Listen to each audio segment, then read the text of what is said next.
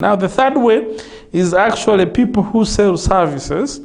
The immediate way of taking money from being employed. So, selling services, people who are always employed, when they are running out from being employed, in most cases they start a business of selling services. So, it's very clear that people who are more in the service sector or being employed, chances are high that they end up being in the service sector.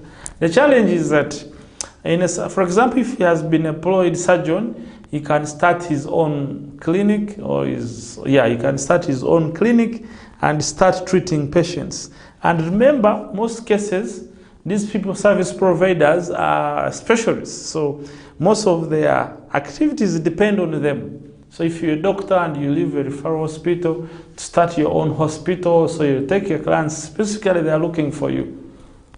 So basically, you are also the same way as these people who are selling, who are employed, because, and this is a little bit dangerous. Selling services is also a little bit complicated, unless if you are highly sophisticated in designing a system that do not depend on you. Because people who sell services are also like employees. For example, specialized services like doctors, teachers, you can do your consulting business still get limited by how much hours you have. Maybe you can employ other consultants, but still other consultants will find it easy to start their own consultancies. And maybe other service sectors can also work out, but it's not, I don't recommend it. You can start a hotel, but still hotel involves products like the meals. Service sector, you know, the services we have in transport, what. So at the end of the day, you have to find a way, create a system where it will not depend on you. So that can also be another way. If you're not actually selling products, find a way of creating a system that will sell services. People will be willing to pay you for your services faster and easier, and you take the money away from them. So I'm stressing thinking that we don't make money, we actually take money from them. So we have to be creative in finding a way of taking that money from the people without hurting them, without making them feel like they are cheated. This is what I'm trying to stress, ladies and gentlemen.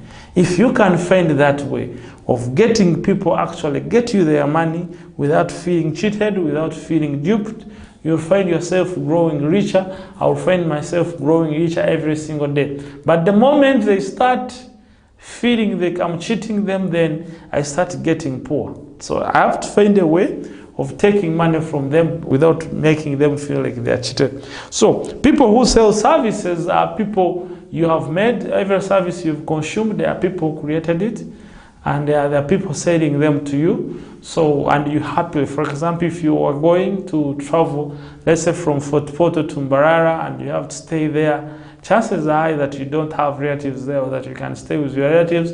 And if you're an adult, you find it very complicated to go and inconvenience your relatives.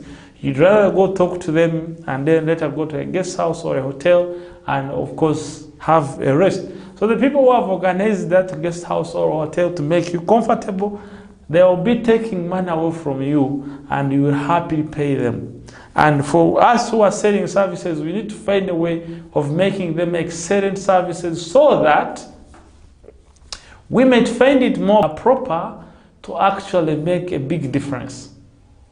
So that's what I'm trying to say, ladies and gentlemen. Find a way of creating something people are interested in and give it to them so well so that they may enjoy coming back to give you that similar thing. So that's what I'm trying to say, that selling services is very key, as long as services are so good so that people can recommend you, more people to consume your services.